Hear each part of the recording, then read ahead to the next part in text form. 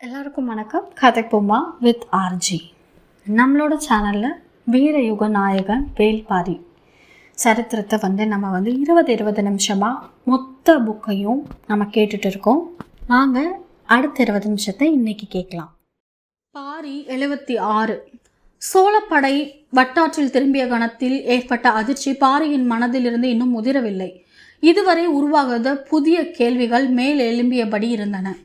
முடிவெடுக்க முடியாமல் குழப்பம் திணறடித்தது. சோழன் எவ்வியூரை நோக்கி வரும் பாதை தெரியாமல் தான் எழுவனாற்றிலிருந்து வட்டாற்றில் திரும்பி பயணிக்கிறான் என பிட்டன் உறுதியாக சொல்லுகிறான். ஆனால் பாரி அக்கூற்றினை ஏற்கவில்லை.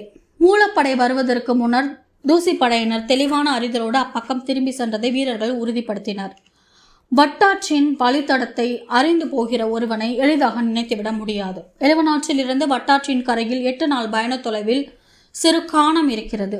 அதன் மறுபுறத்தில் தான் உப்பரை அமைந்துள்ளது. பாரி நகருக்கான அடையாளம் உப்பரையிலிருந்து தொடங்குகிறது. ஆனால் இவையெல்லாம் வெளியுலகத்தை சேர்ந்த யாரும் எவ்வகையிலும் அறிந்திட முடியாத ஒன்று. எனவே இவற்றை அறிந்துதான் சோழன் படை நடத்தி கொண்டிருக்கிறான் என்று நம்ப முடியவில்லை. அதே நேரத்தில் அவன் மிக தெளிவாக எழுவனாற்றிலிருந்து வட்டாற்றில் திரும்பியதை எளிதாக எடுத்துக்கொள்ள முடியவில்லை.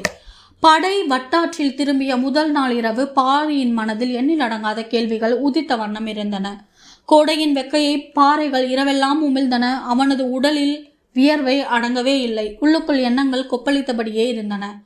பின்னிரவில் பிட்டன் இருந்த இடம் நோக்கி கீழ் இறங்கினான் பாரி. மற்ற குதிரை வீரர்களை முகட்டின் மீதே பயணிக்க சொல்லிவிட்டு 2 வீரர்களோடு கீழ் இறங்கினான்.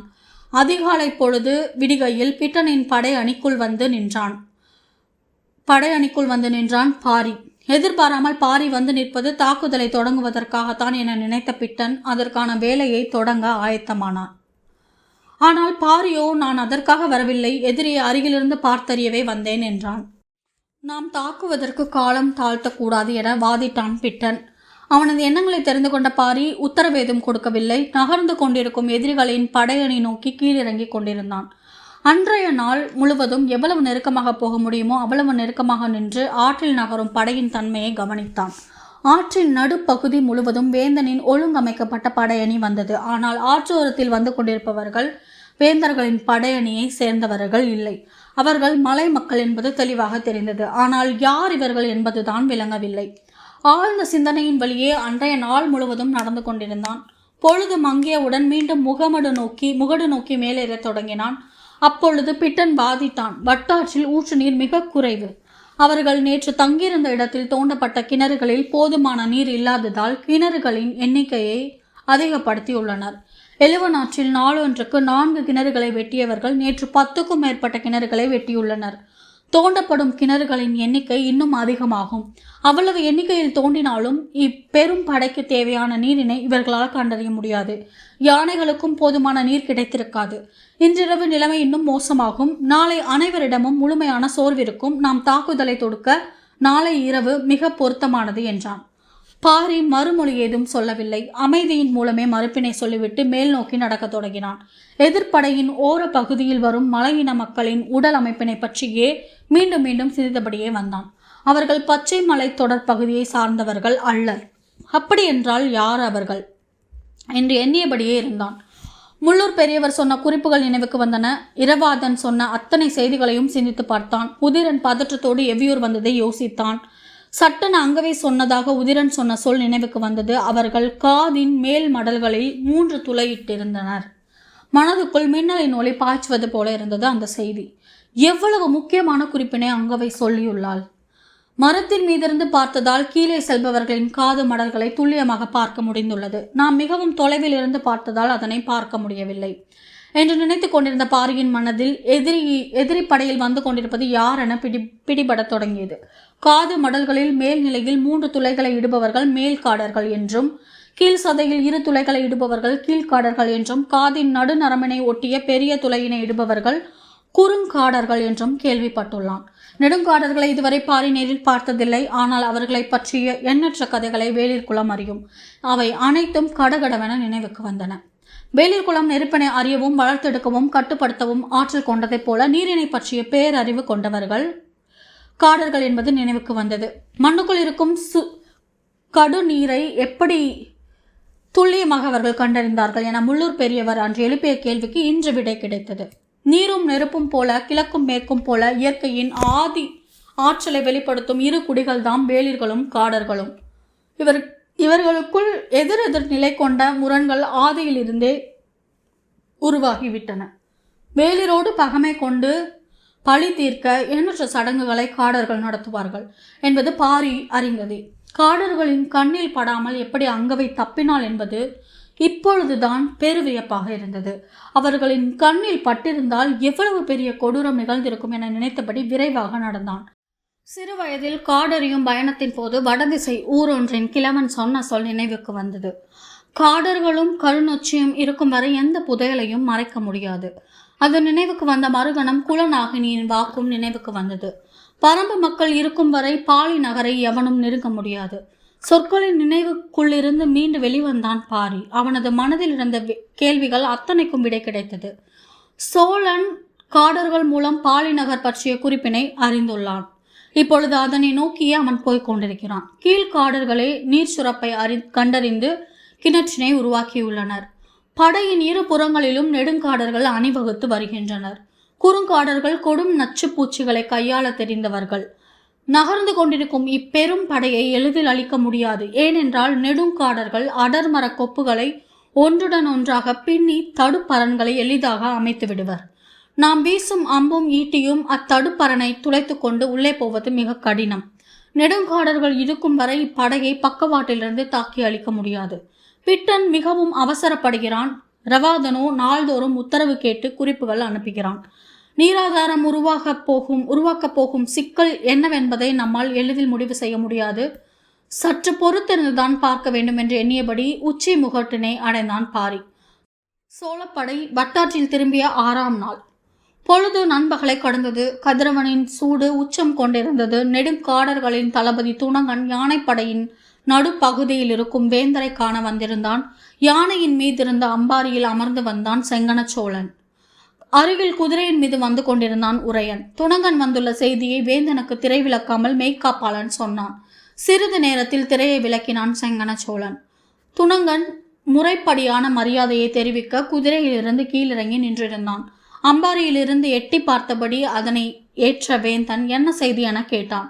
துணங்கன் பதில் சொல்லும் முன் அவனை குதிரையின் மீது ஏறும்படி கையசைத்தான் வேந்தன்.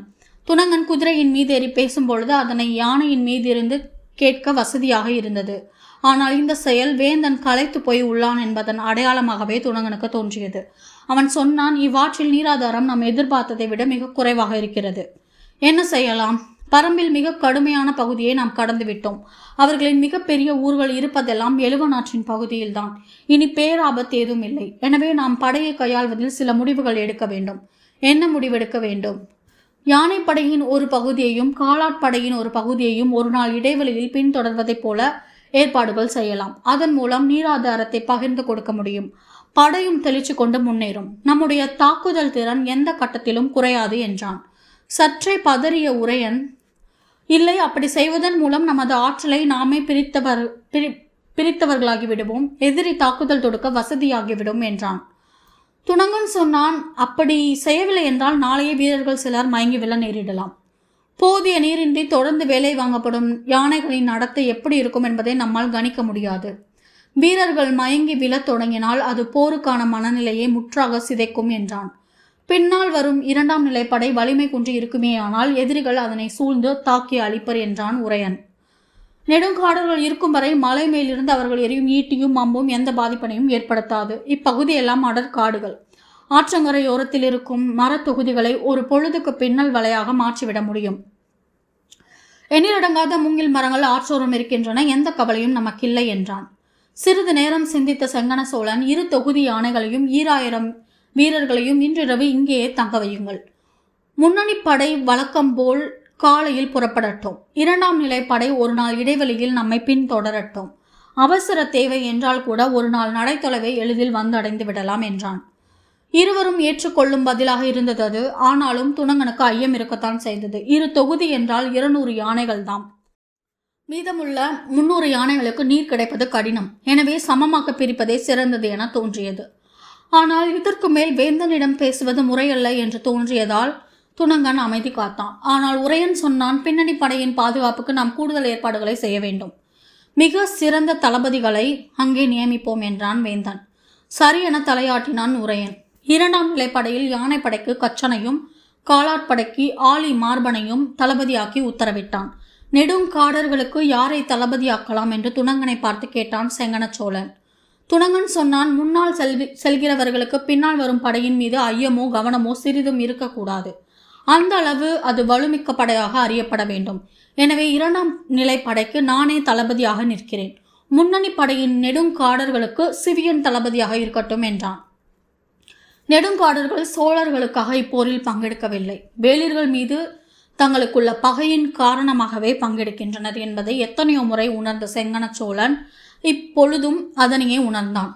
உதிரன் இங்கையனை அழைத்து கொண்டு 6ஆம் நாள் இருக்கன் குன்றுக்கு வந்து சேர்ந்தான்.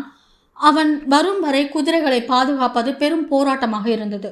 பகல் இரவென ஒவ்வொரு கணமும் விழிப்பு உணர்வோடு இருக்க வேண்டியிருந்தது. சிறு கவனக்குறைவு ஏற்பட்டால் கூட தோகை நாய்கள் குகை நோக்கி பாய தயாராகி விடுகின்றன. நாட்கள் செல்ல செல்ல பசி அவற்றை வெறிகொள்ள செய்தது. குதிரைகளின் சுவை வேறு வேட்டையை நோக்கி அவற்றை திரும்ப விடவில்லை.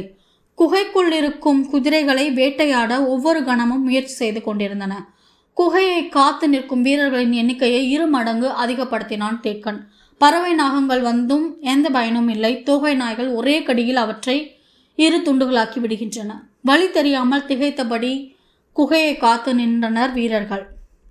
6ஆம் நாள் உதிரனும் இங்கையனும் வந்து சேர்ந்தனர்.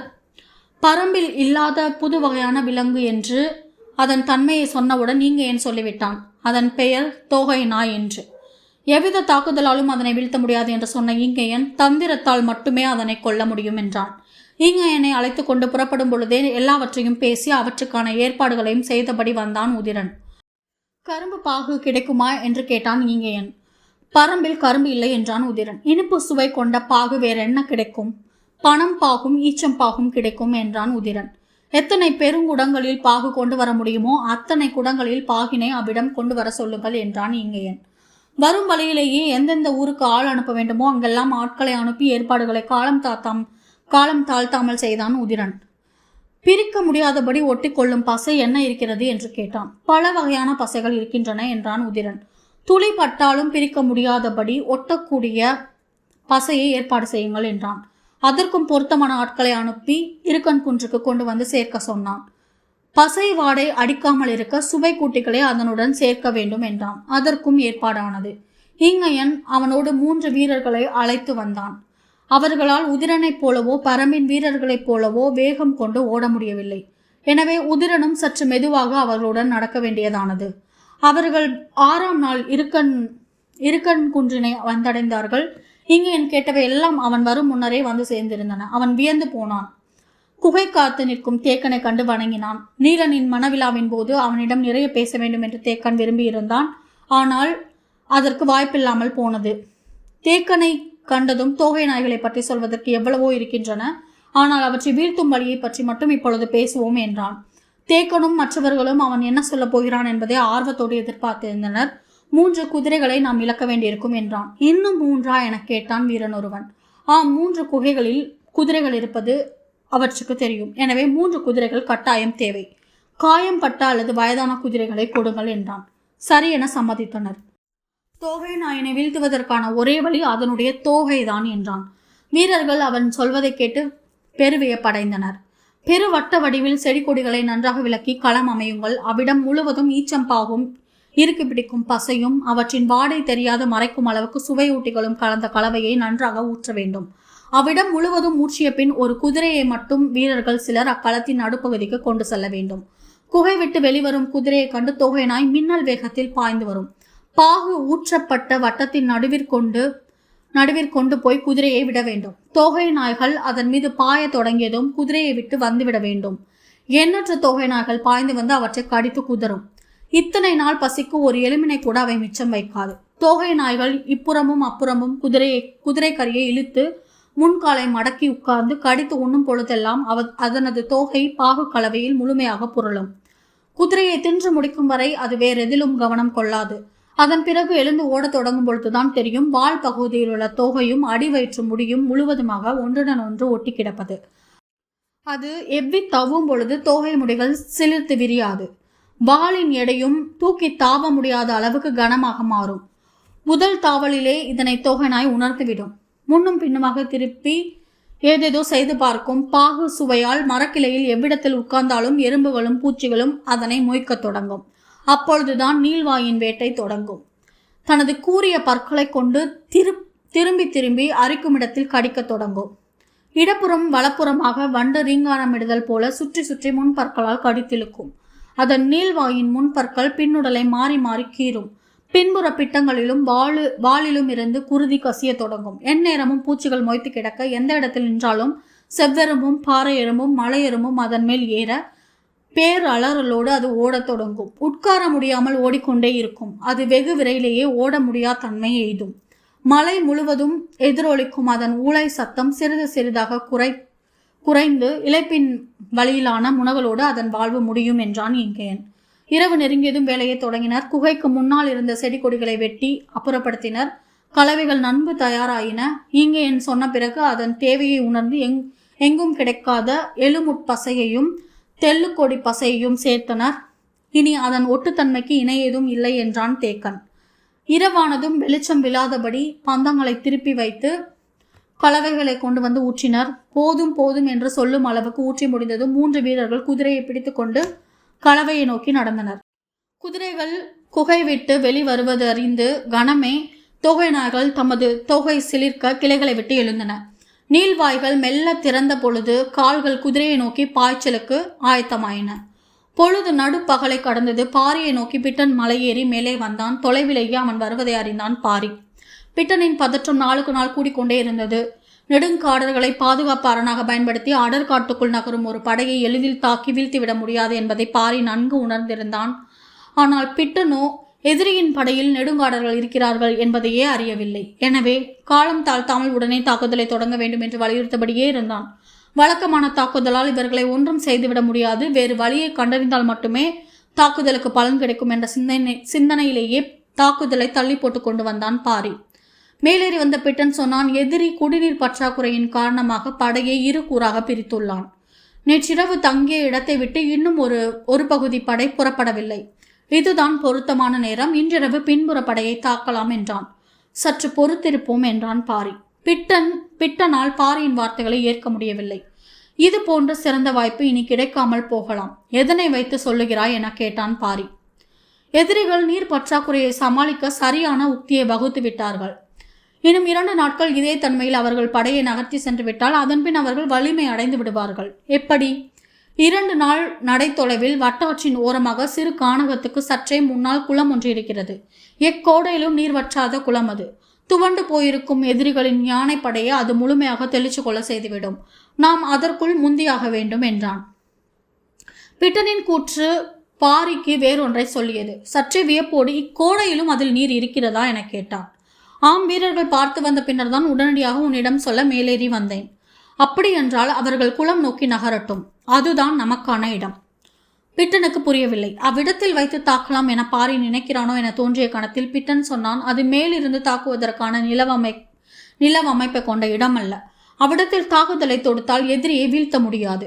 அவ்விடத்தில் மட்டுமல்ல, மேலிருந்து தாக்கும் போர் முறையால் எவ்விடத்திலிருந்து தாக்கினாலும் எதிரியை வீழ்த்த முடியாது. பாரியா இப்படி சொல்லுவது என அதிர்ந்த பிட்டன், ஏன் அப்படி சொல்கிறாய் என்றான். சோழனின் படையை 2 புறமும் அரண் என காத்து வந்து கொண்டிருப்பவர்கள் நெடுங்காடர்கள். நெடுங்காடர்களா? பிட்டன் ஒரு கணம் உறைந்து போனான். உறைந்து போய் மீண்டான். ஆம், அந்த வலிமை இருப்பதால் தான் பரம்புக்குள் துணிந்து இவ்வளவு தொலைவு முன்னேறியுள்ளான் சோழன். பிட்டனுக்கு அடுத்து என்ன கேட்பதென தெரியவில்லை. அவன் அதிர்ச்சிக்குள் மூழ்கி கொண்டிருந்த பொழுது பாரி தெளிவு நோக்கி மேலேறி கொண்டிருந்தான். குளக்கரைதான் நமது தாக்குதலை தொடங்க போகும் இடம். வீரர்களின் எண்ணிக்கையை பல மடங்கு அதிகப்படுத்த வேண்டும். மீதம் இருக்கும் வடதிசை ஊர்கள் 43க்கும் செய்தி அனுப்புங்கள். 2 கரைகளிலும் வீரர்கள் குவியட்டும். நாளை மறுநாள் நள்ளிரவில் தொடங்குகிறது நமது தாக்குதல் என்றான் பாரி. தாக்குதல் எப்பொழுது என்று கேட்டுக்கொண்டே இருந்த பிட்டனின் கேள்விக்கு இப்போது விடை கிடைத்துவிட்டது. ஆனால் இதுவரை இருந்த வேகமும் தெளிவும் இப்போது குழப்பமாக மாறின. மலை முகட்டிலிருந்து கீழே தனது படை நோக்கி வந்தான் பிட்டன். எல்லா ஊர்களுக்கும் செய்திகளை கொண்டு சேர்க்க வீரர்கள் புறப்பட்டனர். வழக்கரையில் இருக்கும் இரவாதனுக்கு மறை குறிப்புகள் மூலம் செய்தி சென்று சேர்ந்தது. வீரர்கள் தாக்குதலை தொடங்க எல்லா வகைகளிலும் ஆயத்தமாகி கொண்டிருந்தனர். பிட்டன் விடையில்லாத கேள்வியோடு இருந்தான். குளக்கரையில் வைத்து என்ன செய்துவிட முடியும்? குளத்து நீரில் நஞ்சு கலந்து யானைகளை கொல்லும் உத்தியை பாரி ஒரு பொழுதும் கை கொள்ள மாட்டான். இதோட பரம்பு மலையின் நாயகன், இயற்கையின் நண்பன் வேள்பாரியோட நம்ம பண்ணிகிட்ருக்கிற பயணத்தை, இன்னைக்கான பயணத்தை இதோட நம்ம முடிச்சுக்கலாம். நாளைக்கு மேற்கொண்டு ஆரம்பிக்கலாம். இந்த பதிவு உங்களுக்கு பயனுள்ளதாக இருந்துச்சுன்னா கதைப்போமா வித் ஆர்ஜி சேனலை லைக் பண்ணுங்கள், ஷேர் பண்ணுங்கள், கமெண்ட் பண்ணுங்கள், கண்டிப்பாக சப்ஸ்கிரைப் பண்ணுங்கள். தேங்க்யூ.